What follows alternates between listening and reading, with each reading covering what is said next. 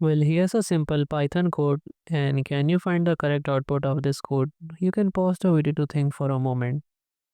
So as you can see, we have a list here, and then here we are doing slicing, and then we are appending these elements. So the correct output of this code is 10 to 24 and 30 and 6. Well, if you didn't understand this code, let me explain.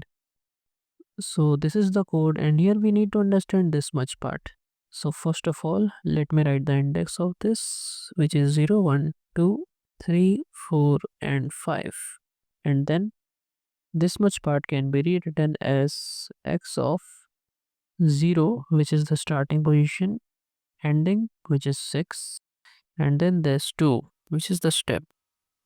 So let's see which value will be affected.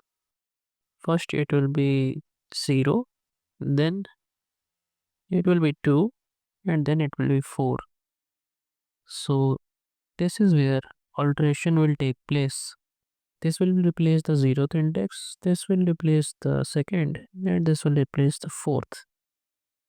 So the new list will become 10, 2, then there's 20, then we have 4, then there's 30, and then 6.